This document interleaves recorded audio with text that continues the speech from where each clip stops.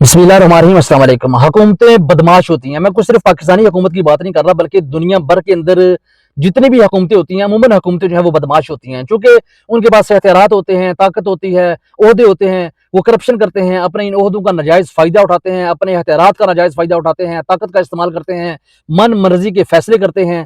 तो रियासतों ने जो है हुकूमतों को कंट्रोल करने के लिए, इनकी ताकत को कम करने के लिए, इनके हथियारात को कम करने के लिए जो है वो 3 तरह की चीज़ें जो है वो बना रखी होती हैं।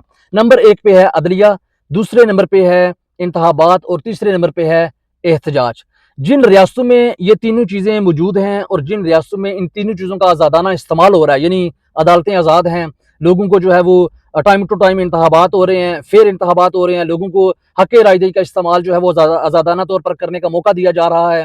तीसरे नंबर पे जो है वो लोगों को एहतजाज का हक़ मिल रहा है। आप उन रियासतों के अंदर नज़र दौड़ाकर देखिए कि वो रियासतें जो हैं, उनकी रियासतों के जो लोग हैं, उनका जो तर्ज़ ज़िंदगी है बड़ा बेहतर है। वहाँ के जो लोग हैं वो बड़ी शाहाना लाइफ़ गुज़ार रहे हैं।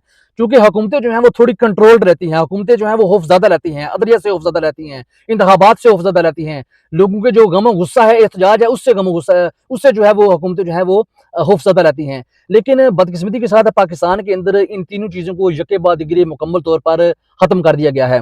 पहले अदालतें पहले ही कमज़ोर थीं, लेकिन 26वीं तरमीम आने के बाद अदालतों को बिल्कुल ही जो है वो कमज़ोर कर दिया गया है, ख़त्म कर दिया गया है। उसके बाद इंतखाबात आते हैं, इंतखाबात को फ़ॉर्म 47 के ज़रिए मुकम्मल तौर पर ख़त्म कर दिया गया है। उसके बाद अवाम का जो बुनियादी आइनी हक़ है, यानी बोलना, लिखना, अपने हकूक़ के लिए आवाज़ बुलंद करना, एहतजाज करना, प्रोटेस्ट करना, इन चीज़ों को भी जो है वो मुकम्मल तौर पर ख़त्म कर दिया गया है। अब कुछ नाअक्बत अंदेश जो लोग होते हैं वो समझते हैं कि शायद इस बर्बरियत का या इस जुल्म का निशाना जो है वो इमरान खान है, या शायद तरीके इंसाफ के लोग हैं। तो आप अगर ये समझ रहे हैं कि इसका निशाना तरीके इंसाफ है या इसका निशाना जो है वो इमरान खान है, तो आप बहुत बड़ी गलती पे हैं। हजूर, अगर आप थोड़ी सी कभी गौर करें तो इसका निशाना सिर्फ तरीके इंसाफ नहीं, इसका निशाना कोई इमरान खान नहीं, बल्कि इसका निशाना आप हैं। आपसे मुराद आप 25 करोड़ मुस्लिम लीग नून वाले, पीपल्स पार्टी वाले, मौलाना फजल रहमान की जमात, उसके बाद जमात इस्लामी वाले, तरीके लब्बैक वाले, MQM वाले, मुस्लिम लीग काफ वाले, 25 करोड़ जो हैं आप इस जुल्म और बर्बरियत का निशाना हैं। इसकी जिंदा मिसाल आपको समझाता हूँ कि आप हाल ही में देख लीजिए, पेट्रोल की कीमतें बढ़ी हैं। हुकूमत ने अपनी मर्जी से जो है वो रातों रात 55 रुपए फी लीटर जो है पेट्रोल और डीजल की कीमतों में इजाफा कर दिया है। तो क्या इसका नुकसान सिर्फ इमरान खान को हुआ है या तरीके इंसाफ को हुआ है? क्या आप इसका निशाना नहीं बने? क्या आपको कोई सस्ता पेट्रोल मिल रहा है? होना तो ये चाहिए ना कि आप हुकूमत के सपोर्टरान हैं, आप हुकूमत को मानते हैं, तस्लीम करते हैं, चापलूसी करते हैं, तो आपके लिए तो पेट्रोल की कीमतें वही पुरानी रहनी चाहिए। 100 में आपको मिले, 150 में मिले, आपके आईडी कार्ड के ऊपर आपको सब्सिडी मिलनी चाहिए, लेकिन ऐसा कुछ भी नहीं है।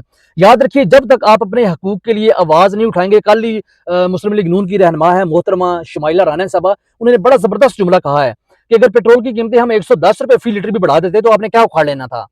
यानी इस जुमले के पीछे क्या छुपा है? इसका पस्से मंज़र इस जुमले का क्या है? इसका पस्से मंज़र ये है कि ना तो पहले हमें लोगों ने मुंतखब किया और ना ही आइंदा हमें लोगों के वोटों की ज़रूरत है। हम अपनी ताकत से आएँगे, हम जो है वो गुंडागर्दी से आएँगे, हम बदमाशी से आएँगे, हम दोबारा फिर मुसल्लत कर लिए जाएँगे। हमें जब लोगों की ज़रूरत ही नहीं है, तो हमें जो है वो क्या ज़रूरत है हमको जो है वो लोगों की मर्ज़ी और मंशा के मुताबिक फ़ैसले करने की। मैं हमेशा कहता हूँ कि हमेशा आइन को सपोर्ट करें, हमेशा अपने हक़ के लिए जो है वो आवाज़ बुलंद करें, हमेशा जमहूरी तर्ज़ अमल को सपोर्ट करें। जमहूरियत के बाद एक जमहूरी तरीके से कोई भी हुकूमत आए, बेशक वो नून लीग की आए, पीपल्स पार्टी की आए, जमात इस्लामी की आए, तहरीक इंसाफ की आए या किसी और जमात की आए, लेकिन लोग उससे मुंतखब करें। जब लोग उससे मुंतखब करेंगे तो अगली दफ़ा उस हुकूमत को पता होगा कि हमने फिर लोगों के पास जाना है, हमें फिर लोगों के वोटों की ज़रूरत पड़नी है, हमें फिर लोगों का मोहताज होना है। फिर वो अपने जो फैसले हैं उनके फैसलों के अंदर लोगों की मर्जी और मंशा को भी शामिल रखेंगे। लेकिन जब आप इस तरह के गैर जमहूरी टोले के अपने पर मुसल्लत करेंगे, तो याद रखिए फिर इसका निशाना सिर्फ कोई तरीके इंसाफ नहीं बनेगी या इमरान खान नहीं बनेगा, बल्कि इसका निशाना आप हैं,